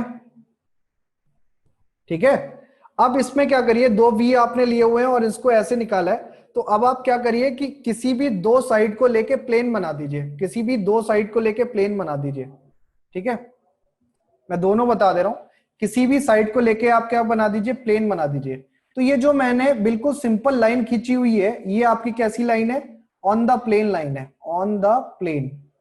ये लाइन कैसी है? Simple on the plane line है। ये भी आपकी कैसी है? On the plane. यानी जो भी मैंने प्लेन काटा है उसमें से ये वो वाली लाइन है। क्लियर? और ये जो आपकी डार्क लाइन मैंने बनाई है, इसको हम क्या बोलते हैं? Wedge position. क्या बोलते हैं? या डैश पोजीशन बोलेंगे? क्या बोलेंगे, बैच पोजीशन या डैश पोजीशन? ये आपका बैच है या डैश है? ये आपका क्या वेज पोजीशन है, ये ऊपर वाली।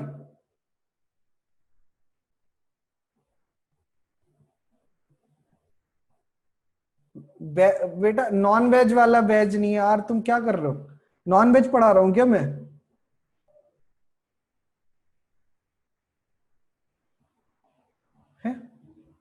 नॉन वेज थोड़े ना पढ़ा रहा हूं। तो ये आपकी कैसी पोजीशन है? वेज पोजीशन है।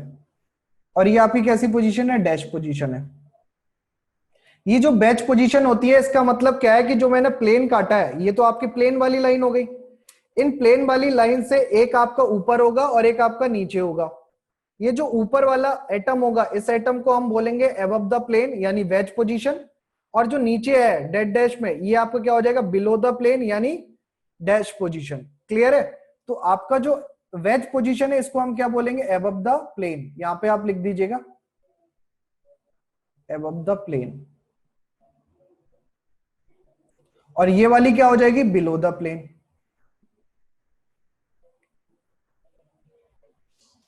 Is it clear to everyone कि किसी भी कार्बन की sp3 हाइब्रिडाइजेशन देखेंगे तो उसमें आपको 3 तरीके की पोजीशन मिलेंगी। एक आपकी ऑन द प्लेन पोजीशन मिलेगी जो प्लेन में ही होगी, एक अबव द प्लेन पोजीशन मिलेगी, एक आपकी बिलो द प्लेन पोजीशन मिलेगी। ठीक है, क्लियर है सबको? तो अब यहां पे जैसे मैं आपसे पूछूं, एक सवाल आपको दिया हुआ है इस तरीके का यहां से। अच्छा, एक और मैं बात बता दूं, ये आगे आपको काम आएगा।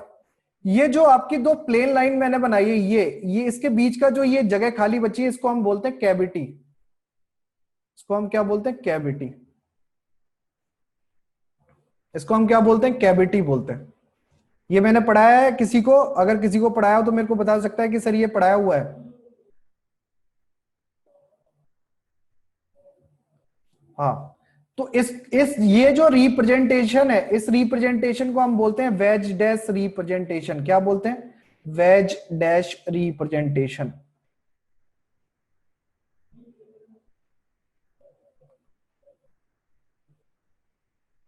जिनको मैंने पढ़ाया उन्हें तो पता ही नहीं है कि उन्हें पढ़ाया गया है कि नहीं पढ़ाया गया। तो ये आपको क्या हो जाएगा? कैविटी है, और ये आपकी क्या हो जाएगी? वेज डैश रिप्रेजेंटेशन हो गई। अब ये वेज डैश रिप्रेजेंटेशन हो गई। एक दूसरी रिप्रेजेंटेशन है, हाँ दूसरी रिप्रेजेंटेशन है, उसको हम क्या बोलते हैं? Fischer representation. वो भी मैं करा देता हूं। एक हमारी जो रिप्रेजेंटेशन है वो आपकी क्या है? फिशर। तभी आपको चीजें आसानी से समझ में आएंगी। ठीक है, अब देखो फिशर में क्या होगा। फिशर में आपके पास एक क्रॉस साइन लगाना है। एक क्रॉस साइन का मतलब है प्लस का साइन लगाना है, ये वाला। ये आपने एक लाइन लगा दी। इस लाइन में आपके पास 2 चीजें होंगी, एक आपकी हॉरिजॉन्टल पोजीशन है और एक आपकी वर्टिकल पोजीशन है। कौन सी पोजीशन? एक आपकी हॉरिजॉन्टल पोजीशन है और एक आपकी वर्टिकल पोजीशन है। कोई मुझे बताएगा कि अबव द प्लेन वाली कौन सी है? अबव द प्लेन वाली पोजीशन कौन सी मानते हैं?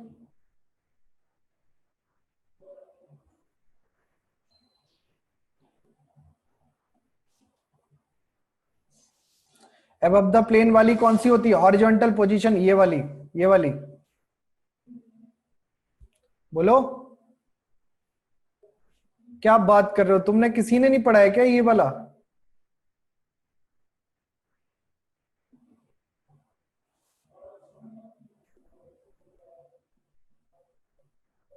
तो यहां पे 2 पोजीशन है, एक आपकी ये वर्टिकल पोजीशन है और एक आपकी हॉरिजॉन्टल पोजीशन है। तो जो वर्टिकल पोजीशन पे ग्रुप रखे जाते हैं वो आपके कैसे होते हैं? हाँ बेटा, मैं तो समझा ही रहा हूं। आप लोगों का जैसा रिस्पॉन्स आ रहा है, मुझे लग रहा है कि मुझे ये कराने में ही 4-5 साल लग जाएंगे।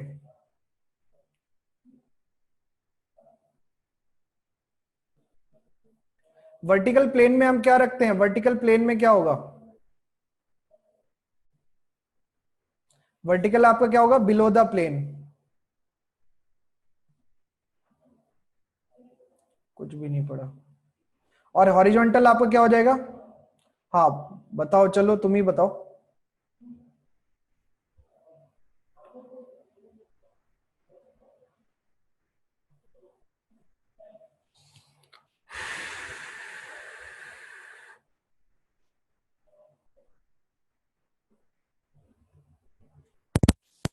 हाँ सर, ये सर बताना है। अरे सर आप बता देंगे तो अच्छा लगेगा। सर ये वर्टिकल लाइन पे तो वो रखते हैं जिसकी प्रायोरिटी ग्रुप की ज्यादा होती है, सबसे ज्यादा। और नीचे अच्छा, वो रखते हैं वर्टिकल पोजीशन, वर्टिकल वाले उस लाइन पे ही नीचे वो रखते हैं जहां पर से हम कार्बन चेन का इलोंगेशन कर सकते हैं। ओके। अभी और सर मैं अगर साइड में आपसे पूछ रहा हूँ कि वर्टिकल प्लेन पे हम बिलो द प्लेन वाला रखते हैं कि आपका अबव द प्लेन वाला? वर्टिकल पे सर शायद बिलो द प्लेन वाला रखते हैं। ओके। और हॉरिजॉन्टल पे? और सर अब वाला हॉरिजॉन्टल पे। अच्छा चलो, और कुछ कहना चाहता है कोई? और कुछ कहना चाहता है?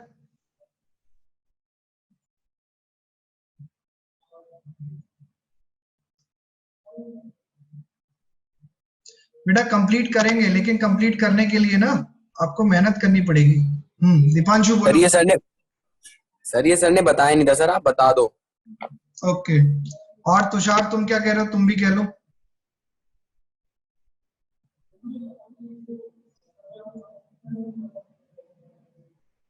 चलो देखो यार बच्चों, देखो ध्यान से, तुम्हारी कोई गलती नहीं है, तुम्हें जो पढ़ाया जा रहा है तुम वो सीख रहे हो। अभी मैं तुम्हें बता देता हूँ, सारी चीजें क्लियर कर देता हूँ। देखो क्या होता है कि आपके पास फिशर के अंदर दो पोजीशन आती है, एक आपकी वर्टिकल प्लेन आती है और एक आपकी आती है हॉरिजॉन्टल प्लेन। इसमें कौन कहाँ रखा हुआ होता है इससे कोई फर्क नहीं पड़ता, क्योंकि आपको जो भी प्रायोरिटी ऑर्डर निकालने होते हैं वो इस हिसाब से निकालने होते हैं कि आप उसमें आरएस बता पाओ।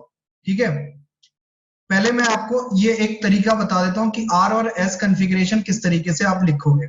ये फिशर में एक चीज याद रखना कि एक ग्रुप यहाँ पे रखा जाएगा, एक यहाँ पे, एक यहाँ पे, एक यहाँ पे।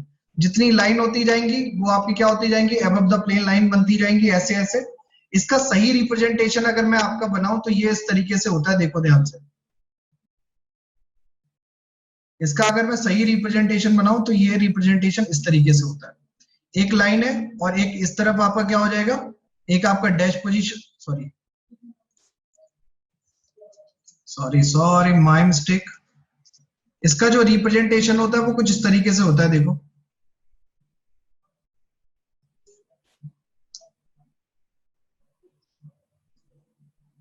यार क्या कर रहा हूं,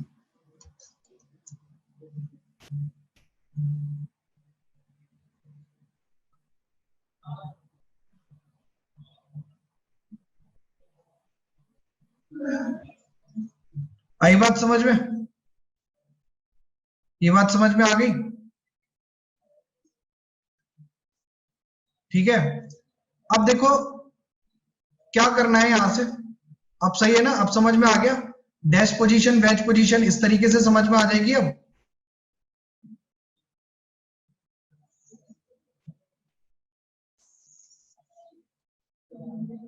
ओके, अब देखो क्या करना है। यहां से मैं तुम्हें ना एक आरएस कॉन्फ़िगरेशन बता देता हूं कि आरएस कैसे निकाला जाता है, आरएस कैसे निकालते हैं। ये इंपॉर्टेंट है, अगर आपने ये समझ लिया, हाँ इसको बोलेंगे फिशर मेथड। तो देखो आपके पास क्या होगा, देखो ध्यान से कि मैंने कोई कंपाउंड रखा है यहाँ पे, ये CH3 रख दिया, ये एक कार्बन है, और यहाँ पे मैंने OH रखा हुआ है, ये H है, और ये आपका यहाँ पे मैं रख देता हूँ C2H5। मैंने ये कार्बन कंपाउंड बना दिया। ठीक है, ये एक बार देख लेना इसको।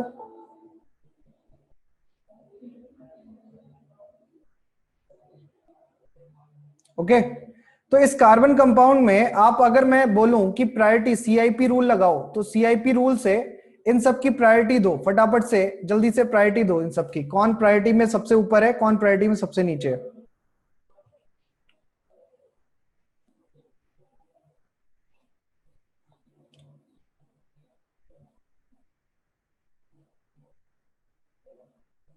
जल्दी से बताओ। ठीक है, तो प्रायोरिटी में सबसे ऊपर आपका क्या आएगा, OH आएगा, तो इसको मैंने लिख दिया फर्स्ट।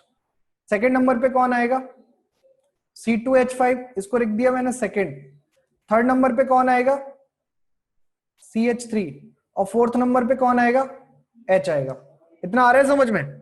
अब मुझे याद रखना कि हाई प्रायोरिटी से लो प्रायोरिटी की तरफ जाना है। ध्यान से सुनना, यहां पे हाई प्रायोरिटी से लो प्रायोरिटी की तरफ जाना है। हाई प्रायोरिटी यानी 1 से मेरे को 4 की तरफ जाना है, और मेरे को इस तरीके से जाना है कि मैं क्या करूं कि 1 से 2 जाऊं, 2 से 3 जाऊं, फिर मैं 4 जाऊं। इतना आ रहा है समझ में? हाई प्रायोरिटी से मुझे लो प्रायोरिटी की तरफ चलना है, और मुझे ऐसा चलना है कि 1 से 2 जाना है, 2 से 3 जाना है, 3 से फिर 4 जाना है। और मैं ऐसा नहीं कर सकता कि एक बार सीधा चलूंगा और एक बार उल्टा चलूंगा, ऐसा मैं कर नहीं सकता। और सबसे इंपॉर्टेंट बात कि आपको क्लॉकवाइज और एंटी क्लॉकवाइज के बारे में याद रखना है। क्या याद रखना है? क्लॉकवाइज और एंटी क्लॉकवाइज के बारे में याद रखना है। ठीक है, रख सकते हो ऐसा याद। अब मेरे को ये बताओ कि अगर मेरे को 1 से 4 जाना है तो मैं क्लॉकवाइज घूमूंगा कि एंटी क्लॉकवाइज? अगर मैं 1 से 4 जाना चाहता हूं तो मैं क्लॉकवाइज घूमूंगा कि एंटी क्लॉकवाइज? हाई प्रायोरिटी से लो प्रायोरिटी जा रहा हूं तो मुझे ऐसे घूमना पड़ेगा। ध्यान से देखना, ये ऐसे घूमना पड़ेगा। ये आपका क्या, एंटी क्लॉकवाइज है। है ना, ये एंटी क्लॉकवाइज है।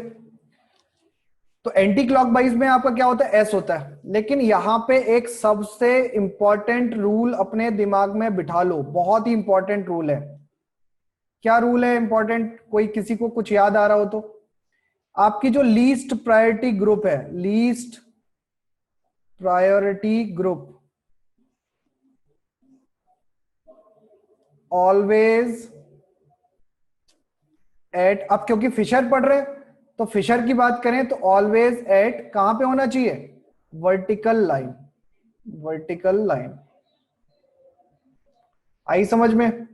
मैंने अभी आपको फिशर पढ़ाया था, तो फिशर में मैंने बताया कि वर्टिकल लाइन क्या होती है, बिलो द प्लेन होती है, और हॉरिजॉन्टल लाइन क्या होती है, अबव द प्लेन होती है। तो आपका जो लीस्ट प्रायोरिटी ग्रुप है वो हमारा कहां होना चाहिए, वर्टिकल लाइन में होना चाहिए, यानी आपका क्या होना चाहिए, बिलो द प्लेन होना चाहिए। और अगर ऐसा हम फॉलो कर रहे हैं तो जो क्लॉकवाइज मूवमेंट होगा उसको तो हम बोलेंगे आर, और जो एंटी क्लॉकवाइज मूवमेंट होगा उसको हम बोलेंगे एस। ठीक है। अब एग्जाम में क्या होता है कि हम इतना तो ध्यान नहीं दे पाते, बट ये तो दे पाएंगे कि आपका क्या होगा कि ये लीस्ट प्रायोरिटी कहां पे है। तो लीस्ट प्रायोरिटी अगर आपका वर्टिकल लाइन की जगह पे हॉरिजॉन्टल लाइन में आ रहा है, कहां पे आ रहा है, हॉरिजॉन्टल लाइन में आ रहा है, तो जो भी आपका कॉन्फ़िगरेशन आ रहा है उसका जस्ट उल्टा लिख दो। इतना आ रहा है समझ में मैं क्या कह रहा हूं, कि अगर आपका यहां पे लिख दे रहे हैं, if least priority present at horizontal line या अबव द प्लेन, देन जो क्लॉकवाइज हो जाएगा वो आपका एस हो जाएगा, जो एंटी क्लॉकवाइज हो जाएगा वो आपका क्या हो जाएगा, आर हो जाएगा। अब आया समझ में? अब इसमें हम घूमेंगे कैसे, ध्यान से देखना, बहुत सारे बच्चों को कंफ्यूजन हो जाता है कि सर पहले 1 से 2 जाओ, फिर 2 से 3 ऐसे जाओ। ऐसे नहीं जाना है, ऐसे बिल्कुल नहीं जाना है। अगर आप क्लॉकवाइज ही चलना है तो कैसे चलोगे, पहले 1 से 2, फिर 2 से 3, फिर 3 से 4, ऐसे इस तरीके से आप चलोगे। आई बात समझ में? आप स्टेप बाय स्टेप चलोगे, आप ऐसे ही नहीं जा सकते। क्लियर है? उम्मीद करूंगा कि ये वाला कॉन्सेप्ट आपको उम्र भर याद रहेगा कि अगर आपका least priority group vertical line में है, least priority group vertical line में है, तो आपका क्या हो जाएगा, क्लॉकवाइज आर और एंटी क्लॉकवाइज एस। और अगर आपका लीस्ट प्रायोरिटी ग्रुप आपका हॉरिजॉन्टल लाइन में है तो रिवर्स कर देना। ठीक है, ओके, डन। तो आज की क्लास में आपको समझ में आया कुछ?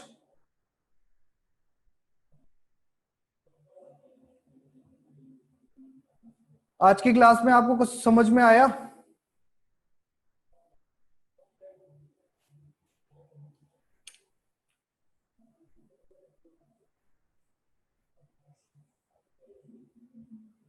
ये जो लोग हैं जिन्हें समझ नहीं आ रहा, ये बताएंगे क्या समझ नहीं आ रहा।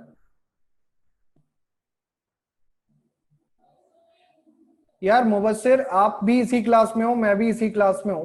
आप ये बताओ कि मैं ये टॉपिक स्किप करके हेलोजन करा दूं?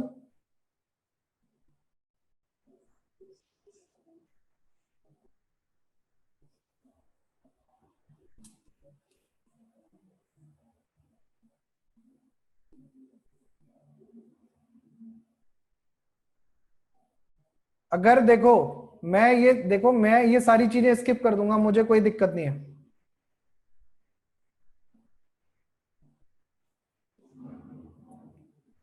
और इन लोगों को, जिन लोगों को समझ नहीं आया, पहली बात तो ये है कि आप लोग खुल के बात करो कि क्यों समझ नहीं आया। ठीक है, किसी को कुछ कहना है इस बारे में? ये आप ऐसे फिर बाद में फीडबैक खराब करोगे, उससे बेहतर ये है कि एक बार आप मुझसे सीधे डायरेक्ट बात करो। टीचर जितने आप बदलवाओगे उतना आपको दिक्कत होगी। फिशर प्रोजेक्शन आपको समझ नहीं आई, कोई दिक्कत नहीं है, कल का भी टाइम है, नेक्स्ट क्लास का भी टाइम है, कल मैं आपको बता दूंगा फिशर प्रोजेक्शन कैसे करते हैं। बस ये याद रखना कि एक आपका एबव, जो आपकी वर्टिकल लाइन होती है यहाँ पे बिलो द प्लेन एटम रखा होता है, और जो आपकी हॉरिजॉन्टल लाइन होती है यहाँ पे अबव द प्लेन एटम रखा होता है, और यहाँ पे इसी तरीके से आरएस कॉन्फ़िगरेशन निकाला जाता है। ठीक है, और किसी को कुछ कहना है? सेशन एंड कर दें?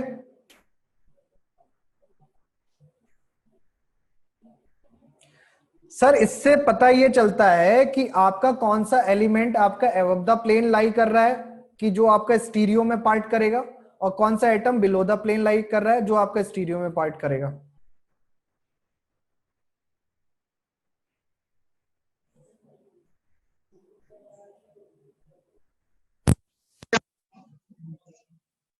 बोलो देवराज, कुछ कह रहे थे?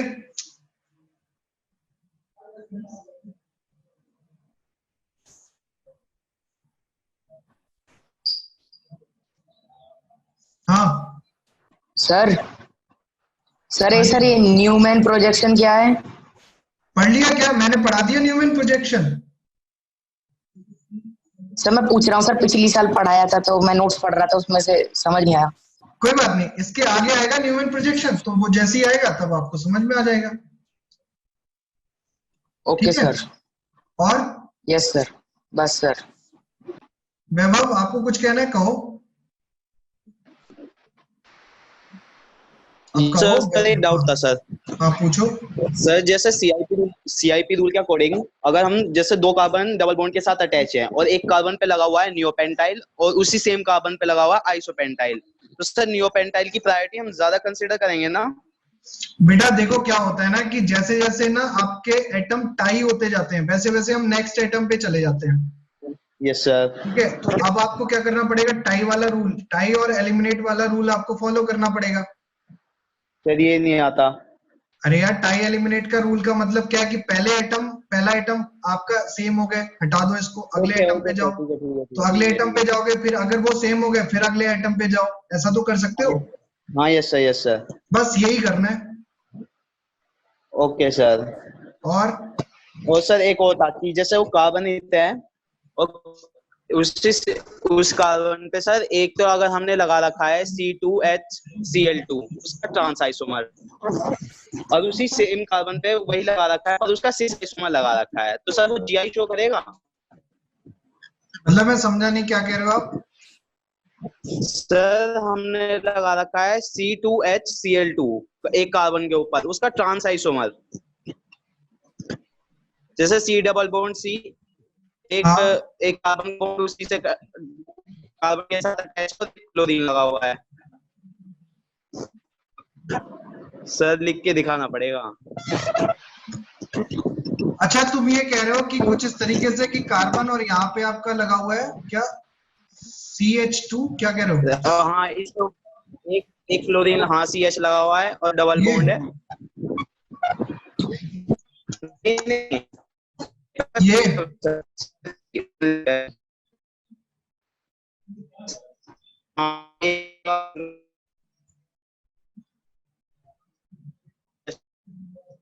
ये ये कह रहे हो? अरे बोलो।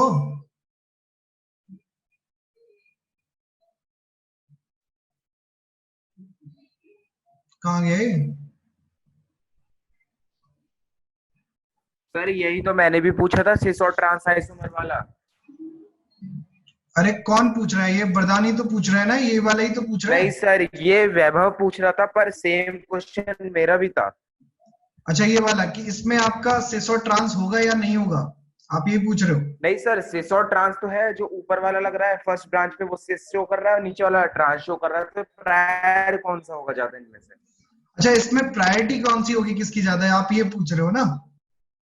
Yes sir, yes sir. अच्छा, तो प्रायोरिटी याद रखना कि इन दोनों में से जिसकी एनर्जी कम होती है उसको प्रायोरिटी दे देते हैं हम।